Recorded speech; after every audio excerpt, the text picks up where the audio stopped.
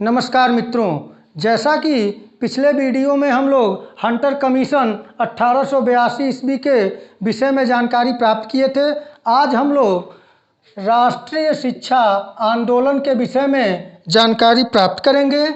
जैसा कि राष्ट्रीय शिक्षा आंदोलन की शुरुआत भारत में 1906 ईस्वी से मानी जाती है, लेकिन हमें भारतीय राष्ट्रीय शिक्षा आंदोलन 1906 ईस्वी से प्रारंभ जो हो रहा है, इसको अच्छी तरीके से समझने से पहले हमें इसके पूर्व की भारतीय शिक्षा की स्थिति के विषय में जानकारी प्राप्त कर लेना अति आवश्यक है, क्योंकि कोई भी वर्तमान जो है वह भूत के किए गए कार्यों के आधार पर ही खड़ा है। यानी कि जिसका अतीत जैसा होता है उस अतीत के आधार पर ही उसका वर्तमान अच्छा या बुरा होता है। यदि अतीत की गई गलतियों से सबक लेकर व्यक्ति आगे बढ़ता है तो उसका जो वर्तमान होता है वह बेहतर होता है। इसी क्रम में हम यह देखने का प्रयास करेंगे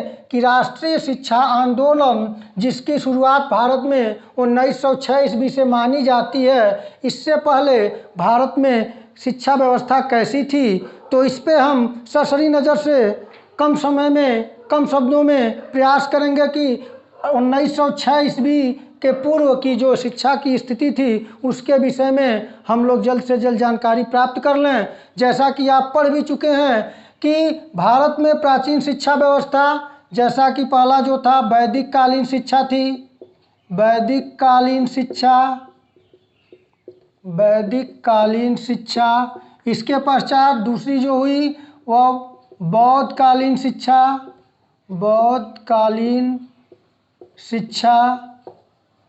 इसके पश्चात मुस्लिम कालीन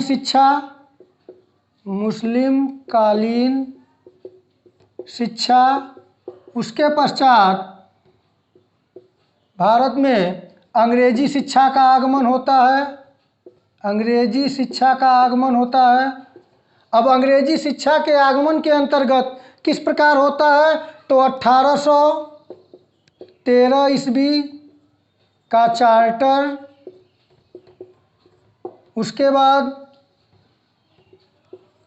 1833 ईस्वी का चार्टर, 1833 ईस्वी का चार्टर। इसी क्रम में 1833 ईस्वी के चार्टर के द्वारा ही मैकाले का विवरण पत्र और इसके पश्चात वुड का घोषणा पत्र आया। और इसके बाद हम लोग जो कि देख चुके हैं इसको भी, हंटर कमीशन।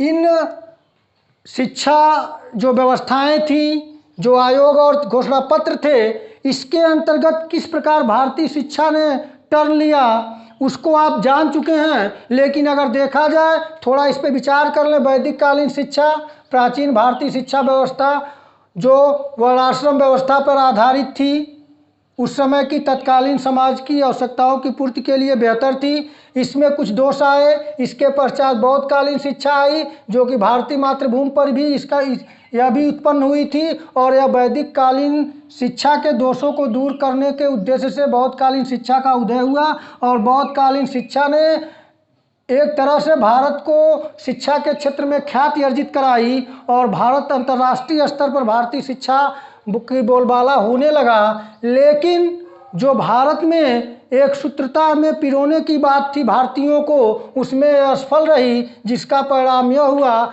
कि मुस्लिम आक्रमणकारियों का आगमन हुआ और वह भारत को विजित किए। उसके आधार पर उन लोगों ने मुस्लिम कालीन शिक्षा चलाई। मुस्लिम कालीन शिक्षा जो थी वह धर्म प्रधान थी और धार्मिक कट्टरता और अपने को भारत में स्थापित करने के उद्देश्य से वे नैतिक अनैतिक को भूलकर तरह तरह के भारतीय जनता को प्रलोभन दिया करते थे, जिससे कि भारतीय जनता संतुष्ट रहे, और धार्मिक कट्टरता के बल पर वो लोग मुस्लिम शिक्षा को प्रचलित किए।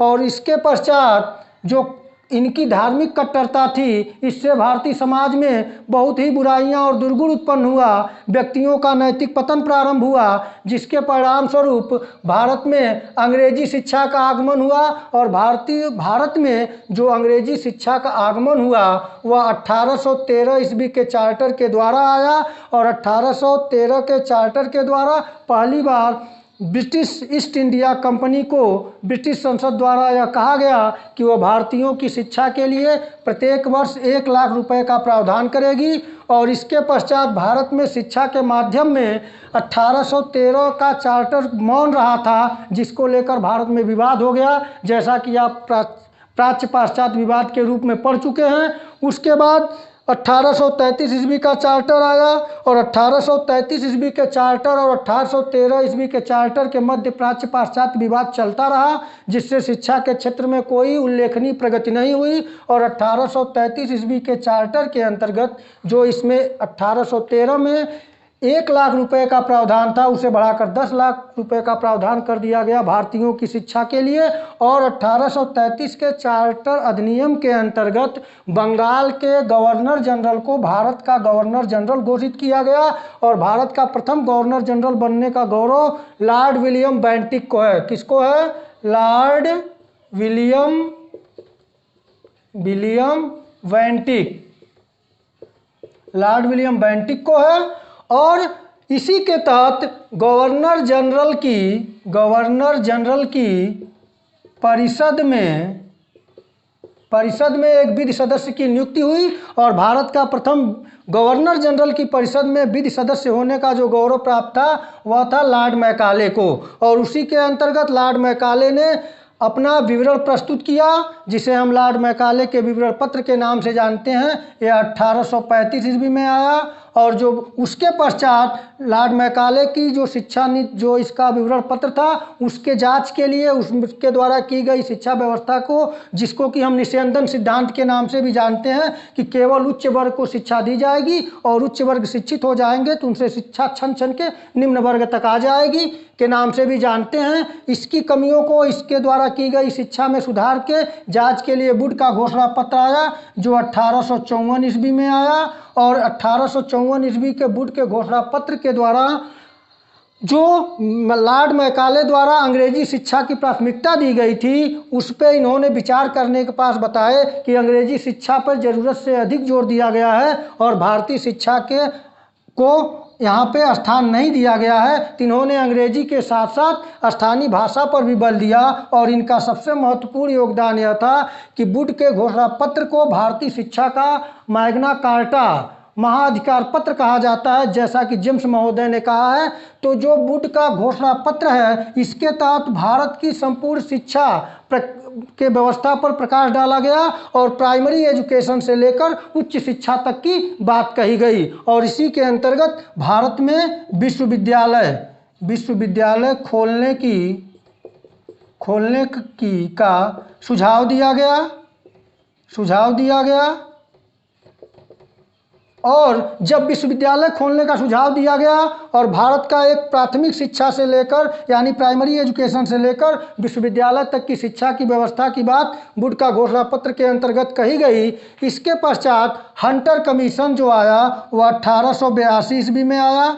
अब आप जानते ही हैं कि कोई भी महत्वपूर्ण कार्य होता है, तो उस महत्वपूर्ण कार्य से होने से उससे संबंधित लोगों में जागरूकता अधिक हो जाती है, और अन्य कार्यों पर लोगों का रुझान कम हो जाता है। हुआ यही कि जब 1854 ईस्वी में वुड के घोषणा पत्र के अंतर्गत विश्वविद्यालय खोलने की बात कही गई, तो सभी लोगों का ध्यान और शिक्षाविदों का ध्यान विश्वविद्यालयी शिक्षा के तरफ आकर्षित हुआ, और प्राइमरी एजुकेशन, माध्यमिक एजुकेशन के संबंध में बहुत अच्छी जानकारी न होने और उस पर ध्यान नहीं दिया गया, जिसका परिणाम यह हुआ कि 1882 ईस्वी में जो हंटर कमीशन आया, वह वुड के घोषणा पत्र पर पैनी नज़र से जांच किया, और देखा तो बताया कि प्राथमिक शिक्षा की अवहेलना की गई है। प्राथमिक शिक्षा की अवहेलना की गई है। अवहेलना की गई है। यानी कि विश्वविद्यालय शिक्षा पे अधिक ध्यान देने की वजह से प्राथमिक शिक्षा उपेक्षित हो गई थी। इस बात को हंटर कमीशन के अंतर्गत बताया गया। तो हम यहाँ देखते हैं कि किस तरह से वैदिक काल से लेकर और 1882 ईस्वी के हंटर कमीशन तक भारतीय शिक्षा में प्रयोगों का दौर चल रहा था और यह प्रयोग अंग्रेजी शिक्षा के समर्थक अंग्रेजी विद्वानों द्वारा किया जा रहा था। इसी क्रम में एक घटना घटी, यह 1882 है। इसके 3 वर्ष पश्चात यानी कि 1885 ईस्वी में भारत में एक महत्वपूर्ण घटना घटी जिसे हम भारतीय राष्ट्रीय कांग्रेस की स्थापना हुई 28 दिसंबर 1885 ईस्वी में। और भारतीय राष्ट्रीय कांग्रेस की जो स्थापना हुई, यहाँ से भारतीय शिक्षा में कुछ परिवर्तन हमें देखने को मिलता है। तो इसके विषय में आइए हम लोग ऊपर देखते। चलिए तो देखते हैं, इससे इरेज कर लिया जाए, इसको मिटा लिया जाए तो आगे देखा जाए कि किस प्रकार भारत में राष्ट्रीय शिक्षा आंदोलन की पृष्ठभूमि तैयार हो रही है। और हम लोग वैदिक कालीन शिक्षा से लेकर और भारतीय राष्ट्रीय कांग्रेस की स्थापना तक पहुंच चुके हैं। जैसा कि भारतीय राष्ट्रीय कांग्रेस की स्थापना का भारतीय राष्ट्रीय आंदोलन और भारतीय राष्ट्रीय शिक्षा आंदोलन दोनों में बहुत ही महत्वपूर्ण स्थान है, क्योंकि अखिल भारतीय स्तर पर पहली बार किसी संस्था का निर्माण हो रहा है, जो संस्था अखिल भारतीय स्तर पर भारतीयों की बात कर रही है। जैसा कि हम देख चुके हैं कि 28 दिसंबर 1885 ईस्वी को भारतीय राष्ट्रीय कांग्रेस की स्थापना हुई। भारतीय राष्ट्रीय कांग्रेस की स्थापना 28 दिसंबर 1885 ईस्वी को हुई। तो यहाँ से क्वेश्चन, ऑब्जेक्टिव टाइप क्वेश्चन भी पूछता है, कंपटीशन लेवल पे भी पूछता है। आपको जानना चाहिए कि 28 दिसंबर 1885 ईस्वी को भारतीय राष्ट्रीय कांग्रेस की स्थापना बम्बई में हुआ था। कहाँ पर? बम्बई में हुआ था। कहाँ हुआ था? तो बम्बई के गोकुलनाथ तेजपाल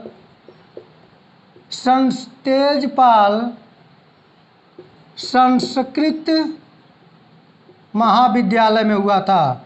महाविद्यालय में कहाँ पर? तो बम्बई के गोकुलनाथ तेजपाल संस्कृत महाविद्यालय में 28 दिसंबर 1885 ईस्वी को भारतीय राष्ट्रीय कांग्रेस की स्थापना हुई। इसके पहले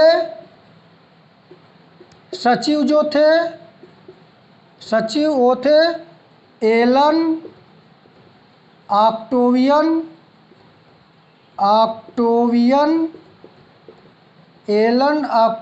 ह्यूम, जिन्हें हम A.O. ह्यूम के नाम से जानते हैं। और इसके पहले अध्यक्ष जो थे वे थे व्योमेश चंद्र बनर्जी। इन्हें हम शॉर्ट नाम से WC बनर्जी के नाम से जानते हैं। यह पहले अध्यक्ष थे और पहले सचिव एलन ऑक्टेवियन ह्यूम थे। इसके बाद हम यह देखें, हम लोग सिर्फ इतना जानने की प्रयास किए थे कि भारतीय राष्ट्रीय कांग्रेस की स्थापना कहाँ हुई। और एक क्वेश्चन और बन सकता है, कितने प्रतिनिधियों ने भाग लिया था? तो 72 प्रतिनिधियों ने। भारतीय राष्ट्रीय कांग्रेस का जो प्रथम अधिवेशन हुआ था वह 28 दिसंबर 1885 को हुआ था, जिसमें 72 प्रतिनिधियों ने भाग लिया था। प्रतिनिधियों ने भाग लिया था। यहाँ से क्वेश्चन बन सकता है तो हम यहाँ देख लिए कि 28 दिसंबर 1885 ईस्वी को भारतीय राष्ट्रीय कांग्रेस की स्थापना हो गई। भारतीय राष्ट्रीय कांग्रेस की स्थापना का जिक्र इसलिए किए कि बीच में एक क्रम बना रहे, क्योंकि 1882 का आपका जो आया था हंटर कमीशन, उसके तत्काल बाद 3 साल बाद भारतीय राष्ट्रीय कांग्रेस की स्थापना हुई। और जब भारतीय राष्ट्रीय कांग्रेस की स्थापना हुई तो 1885 ईस्वी से लेकर 1905 ईस्वी तक जो भारतीय राष्ट्रीय आंदोलन का प्रथम चरण कहा जाता है, 1885 से 1905 ईस्वी तक प्रथम चरण है किसका? भारतीय राष्ट्रीय आंदोलन का। तो यह जो 1885 ईस्वी से 1905 ईस्वी तक का जो भारतीय राष्ट्रीय कांग्रेस के लोग रहे, उन्हें उदारवादी के नाम से जाना जाता है। उदारवादी कांग्रेस, इसे उदारवादी कांग्रेस के नाम से जाना जाता है। इन उदारवादी कांग्रेस ने अंग्रेजों से अनुनय विनय के माध्यम से, अंग्रेजों से अनुनय विनय यानी प्रार्थना करके, अपने अनुनय करके, विनय करके अंग्रेजों से कुछ रियायत मांगने का प्रयास करती थी, जिसे कि गरम दल के लोग कहते थे इसे भिक्षावृत्ति। इसे कहते थे भिक्षावृत्ति। गरम दल के नेताओं ने जो उदारवादी कांग्रेस के अनुनय विनय की नीति को भिक्षावृत्ति कहा है। और लेकिन इसका इम्पोर्टेंस इतना ही है कि इन्होंने 1885 से 1905 तक भारत के विभिन्न क्षेत्रों में जाकर घूम कर अपनी बातों से लोगों को अवगत कराते थे और कहीं न कहीं एक व्यापक जन आग्रह जनता के बीच में अपनी बातों को पहुंचाते थे। तो इनका योगदान यही रहा। अब हम यहाँ तक पहुँचाए हैं 1905 ईस्वी में। अब 1905 ईस्वी में जब लॉर्ड कर्जन आया भारत में, और लॉर्ड कर्जन ने 1904 ईस्वी में अपनी शिक्षा नीति के अंतर्गत 1904 ईस्वी में लॉर्ड कर्जन ने अपनी शिक्षा नीति यानी कि लॉर्ड कर्जन ने अपनी शिक्षा नीति यानी कि अपने अनुसार जो भारतीय शिक्षा थी उसे अंग्रेजों के अधीन मतलब अंग्रेजों के अधीन, यानी कि पूरा का पूरा अंग्रेजी सरकार का शिकंजा भारतीय शिक्षा पर, अंग्रेजों के अधीन शिक्षा को लाने का प्रयास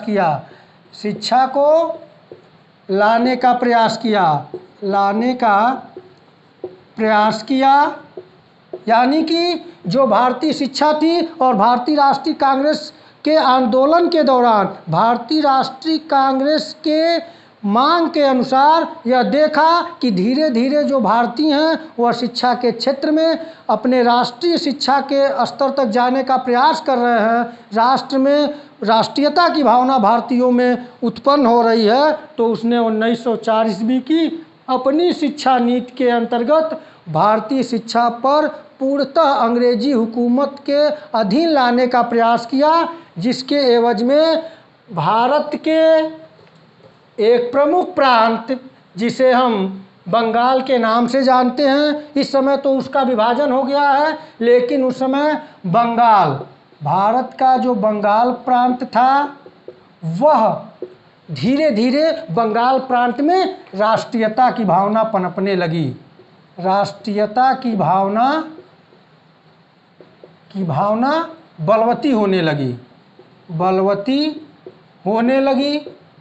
यानी जो बंगाल प्रांत था वहाँ पर राष्ट्रीयता की भावना बलवती होने लगी। इसके पीछे अगर थोड़ा विचार करें तो हम जानते हैं कि भारतीय पुनर्जागरण के पिता कहे जाने वाले राजा राम मोहन राय और उनके और सहयोगियों ने जो बंगाल में प्राचीन भारतीय जो कुरीतियाँ थी, उन कुरीतियों को दूर करने के उद्देश्य से सुधार आंदोलन चलाया, जिसका व्यापक प्रभाव बंगाल पर हुआ और बंगाल में राष्ट्रीयता की भावना बलवती होने लगी। और इस बलवती होते राष्ट्रीय भावना को तोड़ने का प्रयास किया गया लॉर्ड कर्जन द्वारा। अगला कदम लॉर्ड कर्जन ने उठाया जो कि भारतीय राष्ट्रीय आंदोलन और बंगाल में राष्ट्रीयता को और तीव्र कर दिया। इसने क्या किया, 1905 ईस्वी में बंगाल का विभाजन कर दिया। क्या किया, बंगाल का विभाजन कर दिया। बंगाल का विभाजन कर दिया। बंगाल का विभाजन करने के पीछे कारण क्या बताया लॉर्ड कर्जन? कारण बताया कि बंगाल बड़ा प्रांत है। क्या है, बंगाल बड़ा प्रांत है। बड़ा प्रांत है यानी कि इसमें जनसंख्या अधिक है।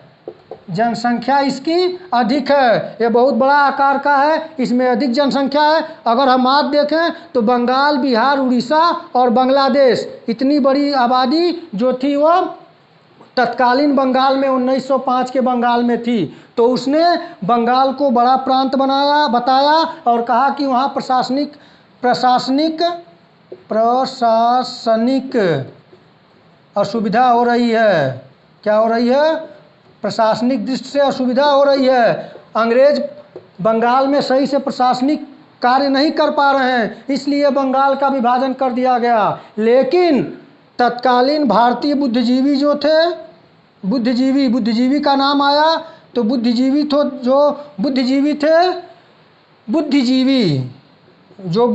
थे आधुनिक बुद्धिजीवी से अलग थे, क्योंकि आधुनिक बुद्धिजीवियों की जो स्थिति है उसे आप देख रहे हैं कि इन लोगों के मन में राम बगल में छुरी वाली कहानी करते हैं। इस कोरोना काल में भी आपदा में अवसर तराशने में लगे हुए हैं आज के बुद्धिजीवी, जबकि उस समय के बुद्धिजीवी जो थे उन बुद्धिजीवियों में राजा राम मोहन राय के आगे आने वाले जो वंशज थे, उनके पीढ़ियां थी, उनसे शिक्षा दीक्षा, उनके द्वारा किए गए सुधार आंदोलन से जो समर्पित बुद्धिजीवी थे, उन लोगों ने, जिनमें प्रमुख नाम आता है एक कृष्ण कुमार मित्रा, सुरेंद्रनाथ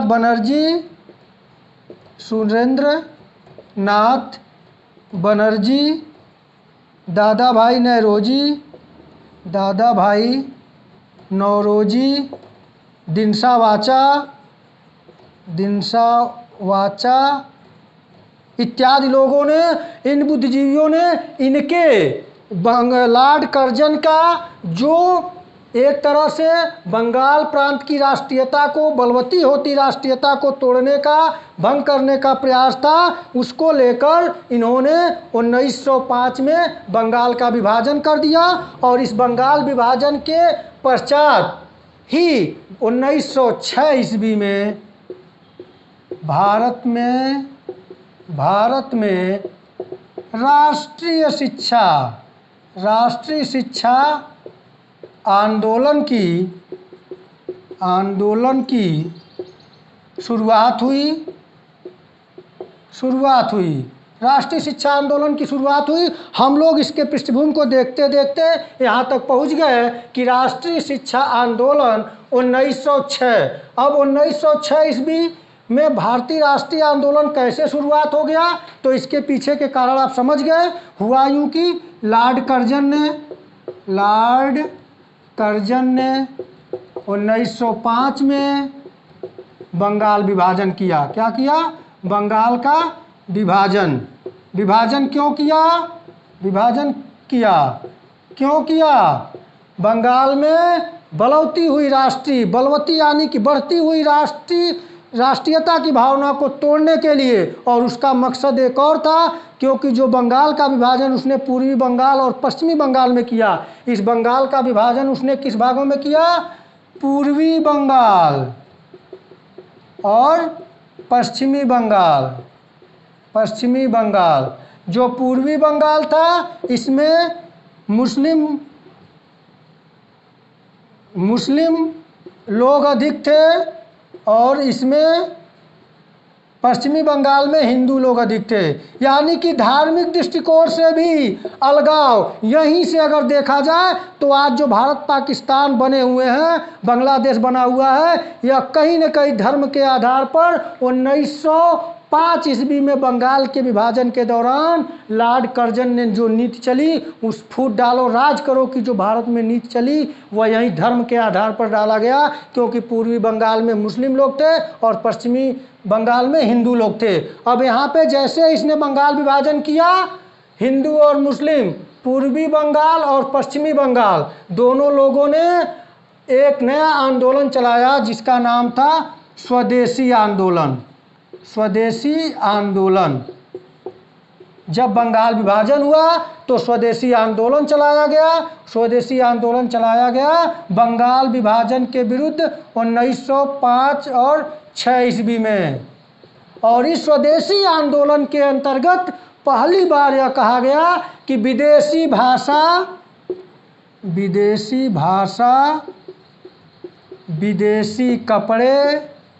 विदेशी कपड़े और जो विदेशी है उसका हमें बहिष्कार करना है और हमें स्वदेशी को अपनाना है। किसको अपनाना है? स्वदेशी को अपनाना है। इसी क्रम में 1906 ईस्वी में जब विदेशी वस्तुओं का बहिष्कार का निर्णय लिया गया और स्वदेशी वस्तुओं को अपनाने की बात आई, तो जो इन नेताओं ने स्वदेशी का नारा दिया, स्वदेशी अपनाओ का नारा दिया और विदेशी का बहिष्कार।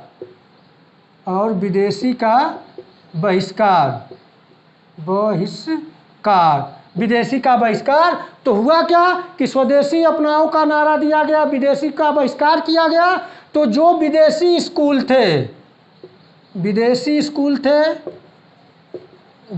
स्कूल का मतलब जो अंग्रेजों के अधीन थे। किसके अधीन थे? अंग्रेजों के अधीन थे। अंग्रेजों के अधीन जो विदेशी स्कूल यानी अंग्रेजों के अधीन स्कूल। अब उस समय बंगाल में राष्ट्रीयता की भावना तीव्र हो रही थी, तो जो नवयुवक थे वे क्या किए? विदेशी स्कूलों का परित्याग कर अब परित्याग कर दिए यानी कि विदेशी स्कूल छोड़ दिए, यानी कि अपना पढ़ाई छोड़कर स्वदेशी आंदोलन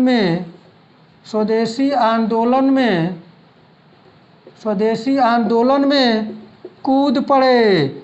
यहाँ देखिए मित्रों, आज हम आज़ाद होने के बाद भी विद्यार्थियों से यदि अपील राजनेताओं द्वारा किया जाता है तो गलत नीतियों के तहत किया जाता है और कोई भी विद्यार्थी आगे नहीं आता है। यहाँ देखिए कि अंग्रेजों की शासन की व्यवस्था में इतना ही प्रताड़ित और इतना ही कठोर दंड दिया जाता था, उसके पश्चात भी हमारे नवयुवक बंगाल के युवाओं ने आगे बढ़कर स्वदेशी को अपनाने के लिए विदेशी स्कूलों का परित्याग कर दिया, यानी कि अपने गार्जियन से भी नहीं पूछने गए। उन लोगों ने युवाओं ने देश की धारा और देश की तकदीर बदलने के लिए, अंग्रेजों को भारत से खदेड़ने के लिए, उनको कमज़ोर करने के लिए विदेशी स्कूलों का परित्याग यानी कि अपने जीवन के साथ खिलवाड़ किए, अपने कैरियर के साथ खिलवाड़ किए और उन्होंने पढ़ाई लिखाई छोड़ दिया और छोड़कर स्वदेशी आंदोलन में कूद पड़े। लेकिन इसी क्रम में जब अंग्रेजों ने यह देखा कि भारत में बंगाल विभाजन के बाद भी हिंदू मुस्लिम एकता नहीं टूट पा रही है, तो एक और खेल खेले और 1906 ईस्वी में एक और काम हुआ कि उन्होंने कुछ जो मुस्लिम थे उन्होंने अंग्रेजों के इस नीति के समझ नहीं पाए और उनके जाल में फंस गए और 1906 ईस्वी में ही मुस्लिम लीग की स्थापना हो गई। मुस्लिम लीग की स्थापना 1906 ईस्वी में हुई और इसे मुस्लिम लीग की स्थापना हुई 1906 ईस्वी में। वे मुसलमान इसके जो कि अंग्रेज़ों की नीति को नहीं समझ पाए और अंग्रेज़ों की झांसा में आ गए, वे 1906 ईस्वी में मुस्लिम लीग की स्थापना कर लिए और इस मुस्लिम लीग की स्थापना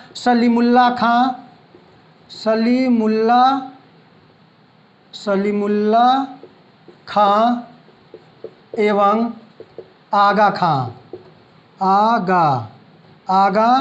खां ने मिलकर मुस्लिम लीग की स्थापना कर ली है। अब यह क्या हुआ कि जैसे ही मुस्लिम लीग की स्थापना हुई तो मुस्लिम लीग की स्थापना से जो कुछ न कुछ प्रभाव पड़ा स्वदेशी मूवमेंट पे, और जो इस्लाम को मानने वाले थे यानी मुस्लिम लोग थे, जो कि सलीमुल्लाह खां व आगा खां के नेतृत्व में मुस्लिम लीग में शामिल होने लगे, जिससे कि यह प्रभाव पड़ा कि जो भारतीय आंदोलन, स्वदेशी आंदोलन जो तीव्र गति से बढ़ रहा था वह कुछ कमज़ोर हुआ। लेकिन उसके बाद भी राष्ट्रीय शिक्षा आंदोलन ने गति पकड़ा और 1906 ईस्वी से भारतीय राष्ट्रीय शिक्षा आंदोलन शुरुआत हुआ। और इसी क्रम में सबसे पहले राष्ट्रीय शिक्षा आंदोलन का उद्देश्य, सबसे पहले हम देखते हैं राष्ट्रीय शिक्षा आंदोलन का उद्देश्य। तो राष्ट्रीय शिक्षा आंदोलन का जो प्रमुख उद्देश्य था वह उद्देश्य था शिक्षा के भारतीय उद्देश्य। क्या थे? शिक्षा के भारतीय उद्देश्य, शिक्षा के भारतीय उद्देश्य, शिक्षा के भारतीय उद्देश्य। दूसरा उद्देश्य था अंग्रेजी भाषा का विरोध। और तीसरा जो था वह था शिक्षा पर भारतीय नियंत्रण, शिक्षा पर भारतीय नियंत्रण। और जो चौथा था वह था राष्ट्रभक्ति जागृत करना, राष्ट्रभक्ति जागृत करना। और पांचवा जो था वह था आत्मनिर्भर बनाना, भारतीयों को आत्मनिर्भर बनाना, अर्थात इसे कह सकते हैं कि व्यावसायिक शिक्षा देना। क्या करना? व्यावसायिक शिक्षा देना, यह उद्देश्य रखे गए। भारतीय राष्ट्रीय शिक्षा आंदोलन के ये प्रमुख 5 उद्देश्य हैं। पहला, शिक्षा के भारतीय उद्देश्य, अंग्रेजी भाषा का विरोध, शिक्षा पर भारतीय नियंत्रण, राष्ट्रभक्ति जागृत करना, आत्मनिर्भर बनाना यानी भारतीयों को व्यावसायिक शिक्षा देना। अब यहाँ थोड़ा सा हम विचार कर लें कि जो शिक्षा के भारतीय उद्देश्य का मतलब था कि शिक्षा ऐसी हो जो भारतीय संस्कृति एवं आवश्यकताओं के अनुरूप हो। और दूसरा, अंग्रेजी भाषा का विरोध, हमें अंग्रेजी भाषा नहीं अपनानी होगी। हमें अगर अपने भारत का विकास करना है, भारतीयों को विकसित करना है, तो हमें अंग्रेजी भाषा का विरोध कर अपने मातृभाषा में भारतीय युवाओं को शिक्षा देना होगा। शिक्षा पर भारतीय नियंत्रण यानी कि जो शिक्षा होगी उस शिक्षा पर जो शिक्षा की नीति होगी उसका संचालन होगा और उसका जो नियंत्रण होगा वह भारतीयों के हाथों में होना चाहिए। और जो चौथा था राष्ट्रभक्ति जागृत करना। राष्ट्रभक्ति जागृत करना यहाँ तात्पर्य यह है कि यहाँ के युवाओं के अंतर्गत अपने राष्ट्र के प्रति प्रेम जागृत करना शिक्षा का उद्देश्य रखा गया। और आत्मनिर्भर बनाने को रखा गया कि भारतीयों को भारतीय आवश्यकता के अनुसार व्यावसायिक क्षमता की वृद्धि की जाए, जिससे कि भारतीय आत्मनिर्भर बन सके। और वह जब आत्मनिर्भर बनेगा तो भारत अपने आप आगे बढ़ेगा, भारत प्रगति के मार्ग पर आगे बढ़ेगा। तो यह उद्देश्य हो गए। अब मित्रों, आप देख चुके हैं उद्देश्यों को। अब उद्देश्यों के बाद अब यह देखा जाए कि भारतीय राष्ट्रीय आंदोलन के दौरान किस प्रकार कैसे कैसे कार्यों को निष्पादित किया गया, आगे बढ़ाया गया। यानी कि राष्ट्रीय शिक्षा आंदोलन के दौरान किए गए कार्य यानी कि जो राष्ट्रीय आंदोलन शुरुआत हुई 1906 में, शिक्षा से संबंधित भारतीय राष्ट्रीय शिक्षा आंदोलन की शुरुआत, इसके द्वारा उद्देश्यों को आप देख चुके हैं। अब कौन कौन से कार्य किए गए, तो इसमें सबसे पहला था कि 15 अगस्त 1906 ईस्वी में एक राष्ट्रीय शिक्षा संवर्धन समिति का गठन किया गया। राष्ट्रीय शिक्षा संवर्धन संवर्धन समिति का गठन किया गया। यानी 15 अगस्त 1906 ईस्वी में राष्ट्रीय शिक्षा संवर्धन समिति का गठन किया गया। कहाँ किया गया? तो बंगाल में राष्ट्रीय शिक्षा संवर्धन समिति का गठन किया गया। कब किया गया? तो 15 अगस्त 1906 ईस्वी में किया गया। इसके अध्यक्ष किसको बनाया गया? तो इसके अध्यक्ष बनाया गया गुरुदास बनर्जी को इसका अध्यक्ष बनाया गया। और इसके सदस्य जो थे उसमें रविंद्रनाथ टैगोर जिन्हें कि हम गुरुदेव के नाम से जानते हैं, रविंद्रनाथ टैगोर, और एक थे रास बिहारी बोस। इन लोगों ने सदस्य थे और इन लोगों के प्रयास से कुछ ही समय में पर्याप्त धन इकट्ठा हो गया और देखते ही देखते इतने कम समय में बंगाल में 50 से अधिक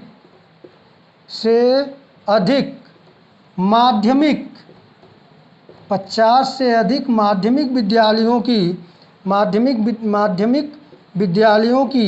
स्थापना की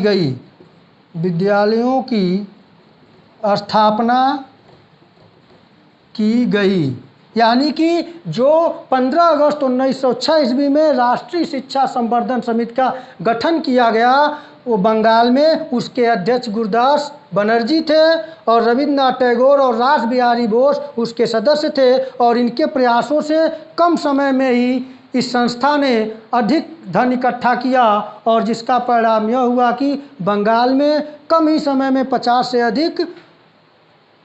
अधिक माध्यमिक, इसे आध्यात्मिक लग रहा था, इसे माध्यमिक विद्यालयों की स्थापना की गई। यह सबसे पहला प्रमुख कार्य किए गए थे 1906 के राष्ट्रीय शिक्षा आंदोलन के दौरान किए गए कार्य। देखिए वो भी मिट गया है, लेकिन उसे आप एक बार नोट कर लें, समझते रहें, क्योंकि हम समय अधिक लग रहा है इसलिए थोड़ा जल्दी में है कि जल्दी आप लोग कवर हो जाए और बोरिंग भी न बन पाए। राष्ट्रीय शिक्षा आंदोलन 1906 के दौरान किए गए कार्य पर हम लोग बात कर रहे हैं। दौरान किए गए प्रयास कार्य। अब इसके अंतर्गत देख लीजिए, दूसरा जो प्रमुख था उसके अंतर्गत कलकत्ता में इसी समिति के तत्वावधान में, इसी समिति द्वारा कलकत्ता में एक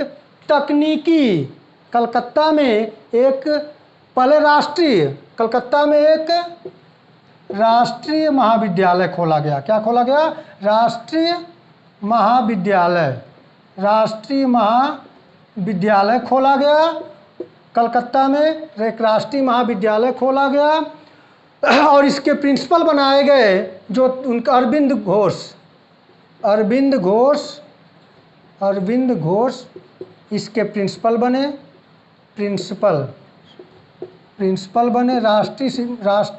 राष्ट्रीय महाविद्यालय के प्रिंसिपल बने अरविंद घोष। यह भी इसी के दौरान किया गया। और तीसरा जो था, कलकत्ता में एक तकनीकी संस्थान खोला गया। क्या खोला गया? तकनीकी संस्थान। कलकत्ता में एक तकनीकी संस्थान खोला गया। और जो चौथा महत्वपूर्ण कार्य किया गया कि अनेक शहरों में दयानंद एंग्लो वैदिक कॉलेज भारत के भिन्न भिन्न शहरों में खोले गए। और पांचवा प्रमुख था हरिद्वार और वृंदावन में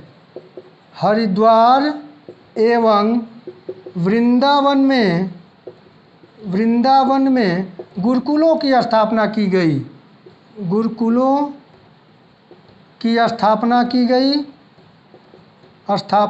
गई। और इसके अतिरिक्त छठा जो महत्वपूर्ण था गोखले बिल। इसी दौरान गोपाल कृष्ण गोखले ने अपना विधेयक पेश किया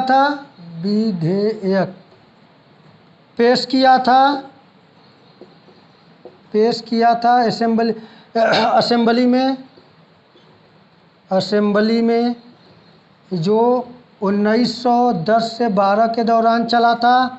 और इसी क्रम में आगे देखा जाए तो यहाँ पे हम लोग महत्वपूर्ण टॉपिकों दौरान किए गए वो भी देखिए मिट जा रहा बार बार, आप उसे समझ लीजिएगा बहुत ज़्यादा उसमें, क्योंकि एक बार आपको बता दिया गया है इसलिए उसे आप देखते रहिएगा।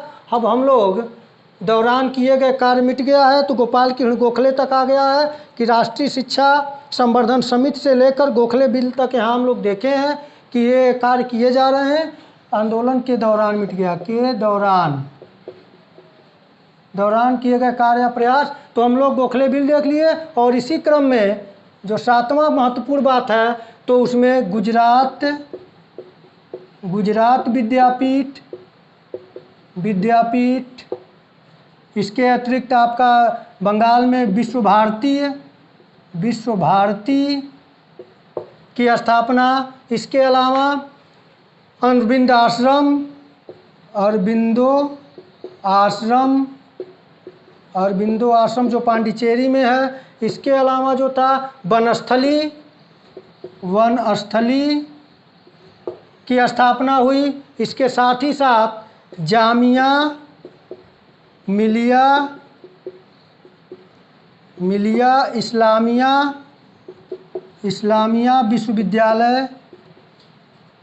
विश्वविद्यालय की स्थापना की गई। यानी कि राष्ट्रीय शिक्षा आंदोलन के दौरान इतने प्रमुख कार्य किए गए। अब इसके बाद अगले वीडियो में हम लोग मिलेंगे, इसे सरसरी नज़र से एक बार आप दोहरा लीजिएगा, वीडियो को अच्छी तरीके से समझिए और देखिए, आपको समझ में आ जाएगा कि राष्ट्रीय शिक्षा आंदोलन के पहले की पृष्ठभूमि क्या थी और उसके पश्चात उसके उद्देश्य क्या थे और उद्देश्य के बाद राष्ट्रीय शिक्षा आंदोलन के दौरान क्या क्या कार्य और प्रयास किए गए। तो मित्रों, वीडियो को लाइक, शेयर और सब्सक्राइब करना न भूलें। नमस्कार।